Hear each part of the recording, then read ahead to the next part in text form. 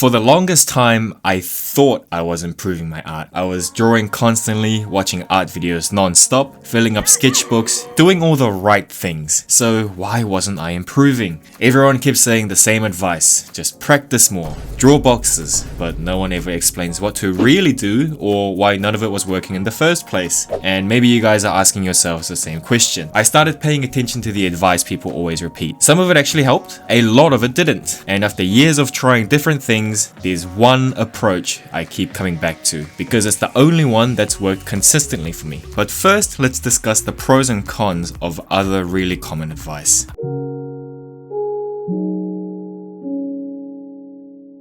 I'm sure you've been recommended Drawabox.com before at some point in your art journey, and that's for a good reason. It does something very, very important. It strengthens your fundamentals specifically. Then again, there's that word you've heard so many times, fundamentals. What does this actually mean? Well, it means you're drawing boxes, lines, cylinders, spheres, and other basic shapes to strengthen your understanding of form.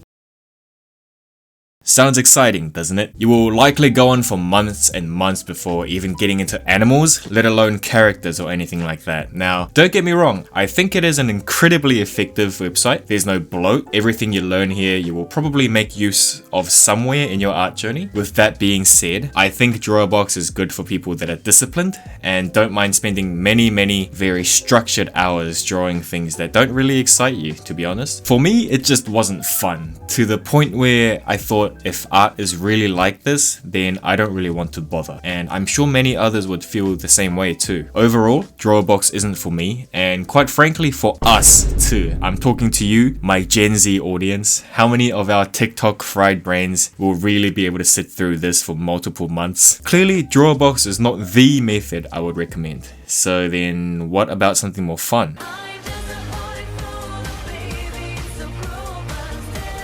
Now this is a better one for us Gen Zers. Who doesn't want to practice by copy drawing this absolute peak right here? And that dopamine hit when you finally start seeing your own work starting to look like the original. Woo! It's very stress-free, arguably easier than making an original, undoubtedly fun, you can't discount that, and very accessible, especially to beginners. You don't gotta learn construction or anything, nothing like that. Honestly, it's more helpful than people think. You might think it's good for beginners to do this, but what I think is that actually for experienced artists, putting yourself in the pro artist's shoes, drawing what they draw and seeing exactly how they use that line, angle, curve, or whatever will help you immensely with understanding stuff like, let's say, harder poses. But here's the thing about this method. The end product may look really good, but you don't understand why the composition works, why they drew lines like this here, how they even thought of this composition and pose in the first place. It's a really good practice method for getting better at copying, that is. So I don't think this is the method either. I can't take any more. I can't do this. I cannot do this. Here's the big one. Just draw more. Man, what does that even mean? Draw more what? Boxes? Manga pages? I don't like this advice. Not because it's wrong, but because it's vague. Drawing more equals practicing more. You just need to practice the right things. Let's give an example.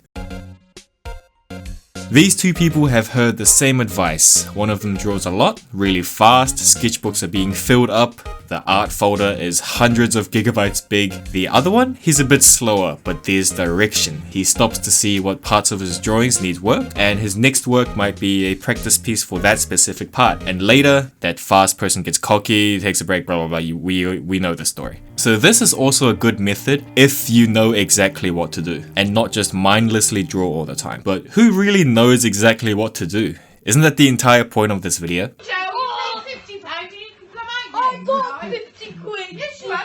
Well, of course I know who knows exactly what to do. The pros, of course. I'm talking about paid art courses, the Patreon subs, the YouTube memberships videos, getting real advice from the pros for a price, of course. Honestly, the price isn't even the main issue here. I mean, looking at these prices, it might qualify as a separate issue, but here specifically, I wouldn't say it's the main issue. The main issue is, this is something I learned during my time in school and university, people learn differently. What works for one person might not work for another. One example of this is people that learned the human body with figure drawing or with shapes. Vastly different approaches, not one method works well for everyone. So, hypothetically, I'm not saying this is actually the case. Hypothetically, let's say these paid courses start from really boring stuff that you don't actually want to draw. One of them might even, hypothetically, start with the way of holding a pen, let's say. Yeah, that specific. It's going to be pretty hard to continue that course unless you are very disciplined. Not only do these courses have no knowledge of what level of art you're at, there's a risk at the end of the day because you do have to pay for these. I mean, I did say that money isn't the main issue here, but I guess it technically is. I mean, everything comes back to money anyway, so. Now, these courses, I'm sure they're amazing. I'm sure they deliver results, but only to a very certain group of people. So that's not it either. So what is it?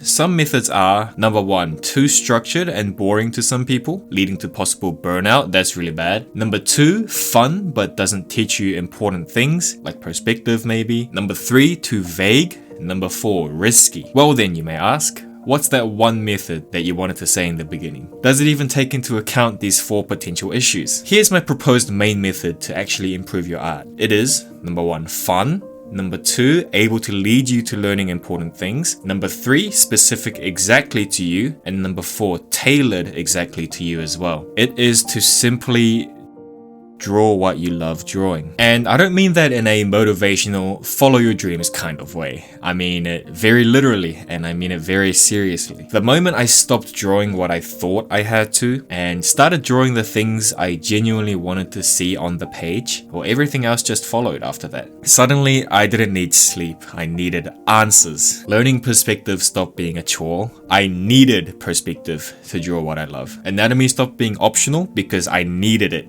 to draw what I love. So Chiljito, what is one thing you would say to aspiring, beginner and intermediate artists alike to help them actually improve their art? Just draw what you love. Your very desire to get better at that very thing will handle the rest. And the beautiful part is, I don't even need to elaborate further.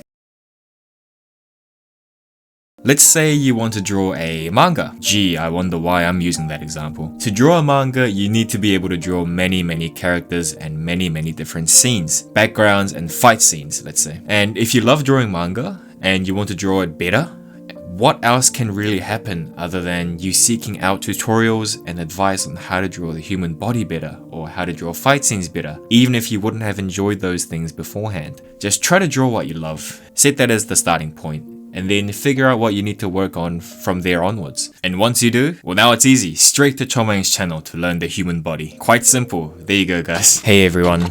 Thank you to my most dedicated viewers. If you're hearing this, that's you. Thanks again for watching as always. I do have one announcement that I have to make. Something I've been very busy working on for the last month or so. It's not out yet, but I am releasing my book officially very soon. Exciting stuff. It will be available both as a physical paperback and an ebook. I'm just working on some last minute stuff before I release it, but man, self-publishing a book like this was tough. I mean, so many small things that I had to work on, change and whatever. Oh man. But yeah, anyway, if you're interested, please keep an eye out for a video on the channel for the official announcement very soon. Thank you. Well then, maybe I could give a little bit of further advice as well. Specifically to people who find it pretty hard to draw at all in the first place. Please check out the video on screen right now to learn how I got addicted to drawing. And if you've gotten this far, a like and a sub would be greatly appreciated. Thank you so much. I'll see you guys next time. Goodbye.